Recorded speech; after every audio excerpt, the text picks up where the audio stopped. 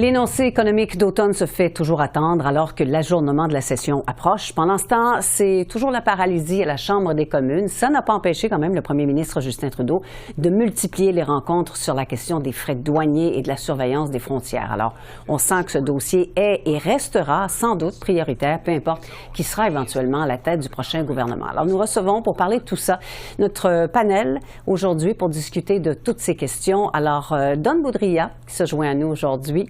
Rodolphe Husny, nous avons également Gilles Duceppe et Farouk Karim. Bonsoir, messieurs. Bonsoir.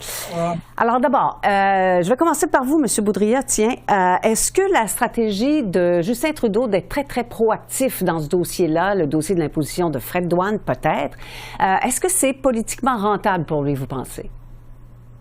Écoutez, je pense pas que c'est une question de politiquement rentable, c'est une question de défendre les intérêts des Canadiens. C'est pas à savoir si ça augmente les votes de 1,5%, de 1%.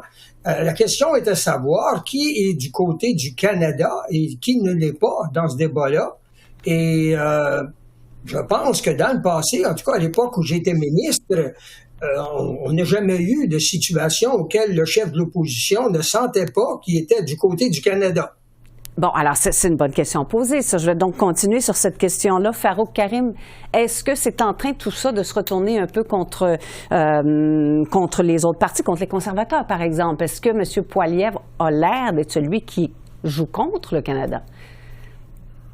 Oui, on dirait que M. Poilievre est un peu mécontent du souper du premier ministre avec M. Trump.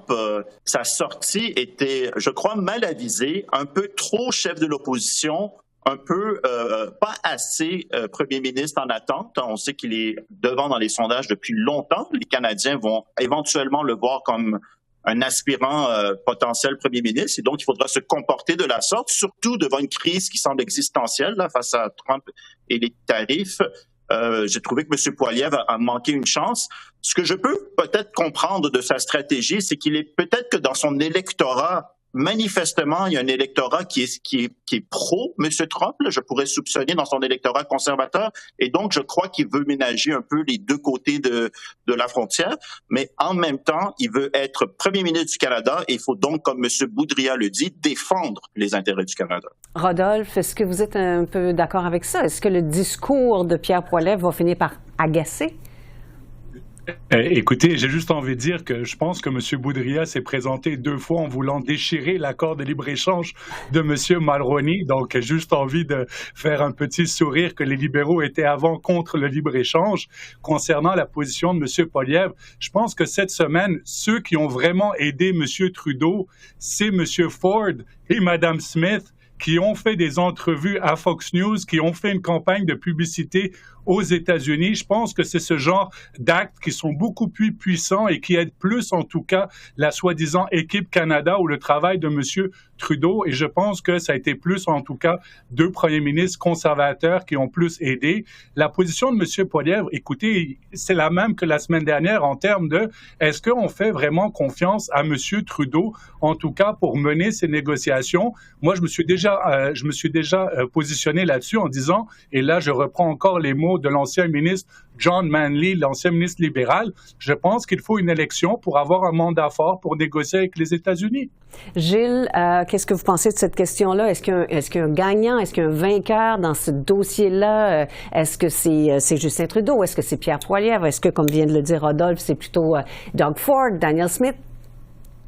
Ouais, moi, je vous dirais que dans des circonstances comme celle-là, c'est arrivé dans le passé assez souvent, tant en interne, mais à l'externe aussi. Je me souviens que M. Chrétien avait réuni tous les chefs de parti en 2001 lors du World Trade Center. On s'était rendu à New York, rencontrer Kofi Annan. Alors, tous les chefs, fédéralistes et souverainistes. Alors, je pense pas que M. Poilievre ait été trop chef d'opposition. Je pense qu'il n'a pas été assez chef d'opposition. Parce que quand on occupe un poste de chef de parti, il faut être responsable. Mm-hmm. Alors là, il faut défendre des intérêts qui sont collectifs. Est-ce que M. Trudeau est le mieux placé? Je suis pas sûr qu'il y a il est en très forte position pour négocier. Est-ce qu'une élection va clarifier les choses? On verra bien. Mais maintenant, il faudrait que M. Poilievre soit cohérent, présente quelque chose qui se tienne. Et j'ai pas entendu présenter une hypothèse claire à ce jour. Est-ce qu'un Pierre Poilievre à la tête du pays réussirait, lui, à mettre toutes les forces de son côté pour faire face à un Donald Trump?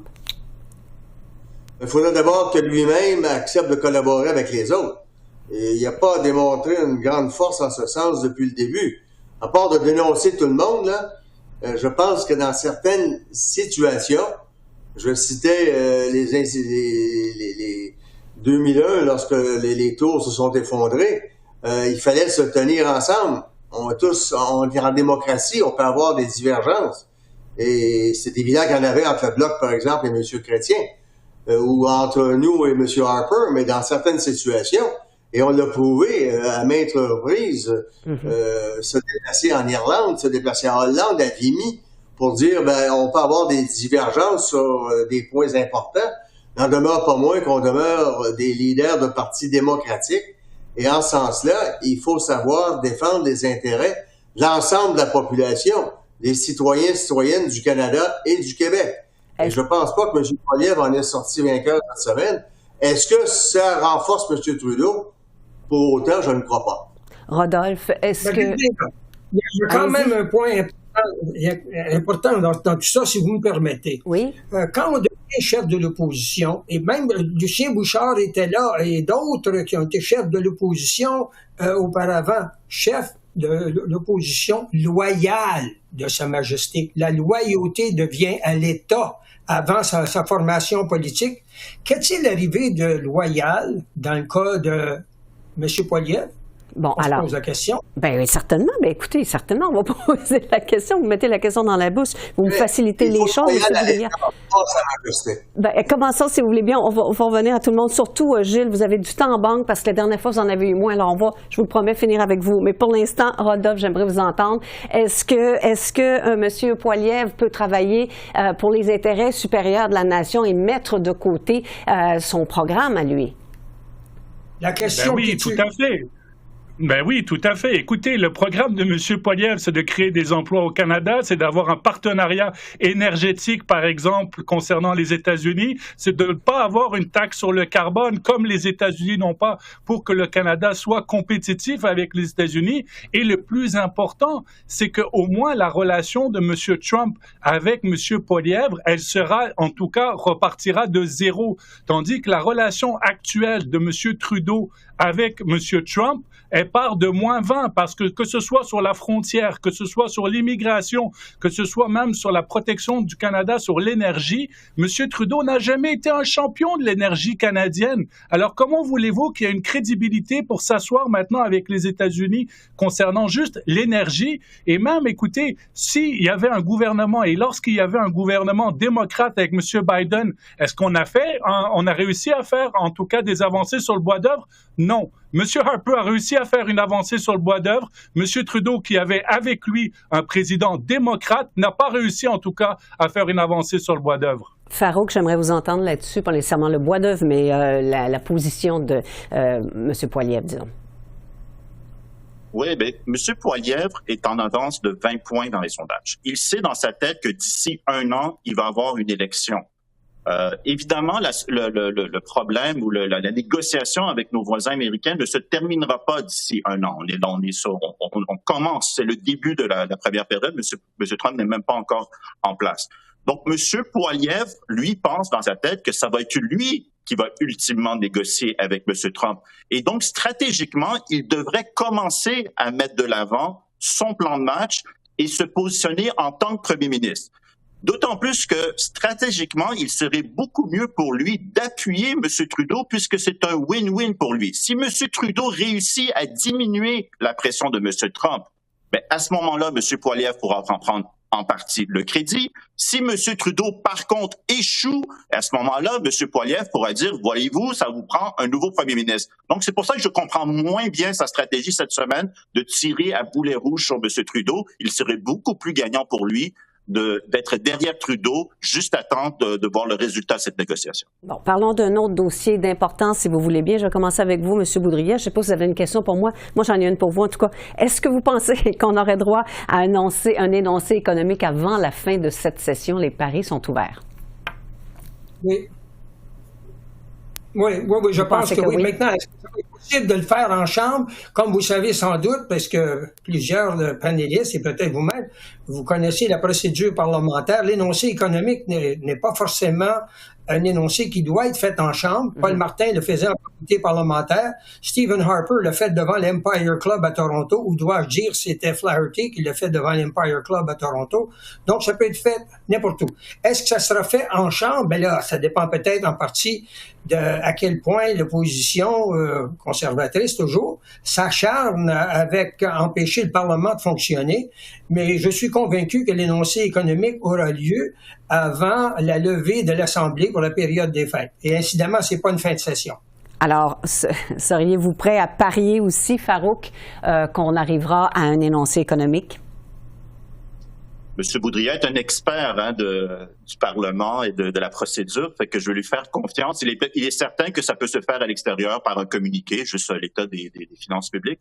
Je crois que du point de vue des libéraux, je ne crois pas qu'ils veulent faire un gros truc alentour de ça. Ils veulent pas qu'avant la période des fêtes, les gens voient qu'il y a un déficit encore plus gros que prévu, que ça devienne le sujet de discussion. Je crois qu'ils préfèrent que le sujet de discussion soit la mesure qu'ils ont adoptée, même si apparemment ça pourrait causer des problèmes, celle de la baisse de TPS. Et sur ce, ils vont juste faire un truc beaucoup plus petit sur l'énoncé économique, d'après moi. Rodolphe, faites-vous du même avis? Faut-il s'inquiéter des finances publiques en ce moment? Oui, c'était complètement inacceptable de faire ce congé de TPS sans qu'il y ait en tout cas la vue des finances publiques. Écoutez, même le directeur parlementaire du budget a dit que c'est déraisonnable. On ne connaît pas le déficit de l'année dernière. On ne connaît pas en tout cas le déficit de cette année. Madame Phelan avait promis 40 milliards et de ne pas dépasser 40 milliards. Et selon tous les experts, on va défoncer le 40 milliards de dollars. Donc d'avoir comme ça donné ces mesures, ce fameux cadeau de TPS, sans avoir donné en tout cas l'heure juste sur les finances publiques, le gouvernement essaie juste de le pousser jusqu'à la fin pour qu'ensuite il n'y ait pas moyen qu'il y ait des débats ou en tout cas des discussions au Parlement sur ça. Mais c'est complètement déraisonnable en termes de transparence. Écoutez, quand même le directeur parlementaire du budget dit qu'on a besoin d'avoir les données, à savoir on en est rendu où dans les finances publiques. Gilles, doit-on... Le débat parlementaire en même temps que les conservateurs empêchent le Parlement de marcher. Ils ont donné leur journée d'opposition en passant. C'est une autre très bonne question, mais je veux finir avec Gilles Duceppe quand même, parce que la dernière fois, on n'a pas eu le temps de l'entendre suffisamment. Vous avez un crédit de temps, M. Duceppe. Alors, dites-moi, est-ce que vous pensez que d'abord qu'il y aura un énoncé économique, bel et bien, avant les vacances, et doit-on commencer à s'inquiéter des finances publiques en ce moment au Canada? Je crois qu'il va y en avoir un, probablement à l'extérieur de la Chambre, et je pense que ça fait beaucoup l'affaire des libéraux que les conservateurs bloquent le Parlement. Ils en profitent parce qu'il n'y a pas grand-chose qui se passe pendant ce temps-là. Deuxièmement, oui, c'est inquiétant, les finances publiques. Et ce qui ajoute à l'inquiétude, je pense, puis c'est cette proposition, cette décision sur la TPS. Ça aide les plus nantis. Pointe à la ligne, là. Quand j'entends des ministres dire que ça va aider à l'épicerie, ils font pas leur épicerie souvent, parce que la plupart des choses à l'épicerie, là, fruits, légumes et viande, c'est pas taxé. Or, ils se trompent grandement. Ça profite aux plus nantis et ça va détériorer encore plus l'état des finances publiques. Or, pour ces raisons, je pense que les libéraux vont faire cet énoncé économique à l'extérieur de la Chambre pour qu'il y ait le moins de lumière possible sur l'énoncé économique et le plus tard possible également avant que la Chambre cesse ses travaux pour la période des fêtes. Oui, mais ça s'en vient, il reste quelques jours à peine. Merci, messieurs, d'avoir répondu à nos questions où que vous soyez en ce moment, même dans le Sud. Bonne fin de journée. Bonne fin de journée. Merci, au revoir. Merci.